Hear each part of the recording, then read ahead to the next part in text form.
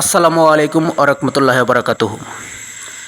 আজকে আমি আপনাদের মাঝে চলে এসেছি একটি ভিডিও নিয়ে।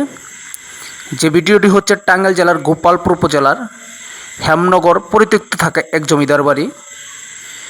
যে হেমনগরের নাম রাখা হয়েছিল জমিদার হেমচন্দ্র রায়ের নামে হেমনগর। সেই হেমনগরের পরিত্যক্ত থাকা জমিদার বাড়িটি আজও দেখেন, এই জমিদার বাড়িটি অনেক ময়লা আবর্জনা রয়ে গেছে। জমিদার না থাকার কারণে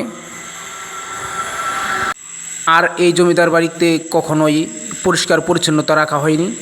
এখানে অনেক ঘাস দেখেন, আমি কিন্তু জমিদার বাড়ির ভিতরে অবস্থান করতেছি এখন। ভিতরে দেখেন যে অনেক গাছ এবং কি বড় বড় গাছ রয়ে গেছে, ঘাস রয়েছে, অনেক কিছুই রয়েছে, যেখানে মানুষ আসলে বাহির থেকে কখনোই তারা ভালো কিছু আশা করে না এবং কি তাদের মুখ থেকে ভালো কিছু শোনা যায় না।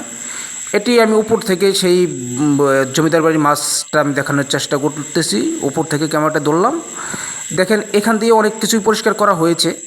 হেমনগরের যুব সমাজ ও ছাত্র সমাজের উদ্যোগে আবার এই রাজবাড়িকে পরিষ্কার পরিচ্ছন্ন করার জন্য ডাক দেওয়া হয়েছে। যে ডাকে হেমনগর, শিমলাপাড়া ও ভোলারপাড়ার ছাত্র যুব সমাজ এবং অন্য সকলেই এখানে পরিষ্কার পরিচ্ছন্নতার জন্য কাজ করতেছে।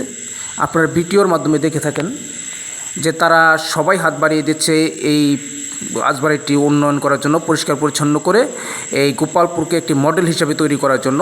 যে রাজবাড়িটি শুধু গোপালপুর না, সারা টাঙ্গাইলে একটি উন্নয়ন হিসাবে থাকবে এবং কি সুন্দর একটি, যারা আসবে তারা যেন দেখে খুব সুন্দর একটি জায়গা হিসাবে মনে করে এবং এই হেমনগরে এই রাজবাড়ি ওর সাথে গোপালপুর সহ যেন একটি উন্নত হিসাবে পরিচিত হয়, সেই লক্ষ্যে সকলেই কাজ করতেছে এই জমিদার বাড়িতে।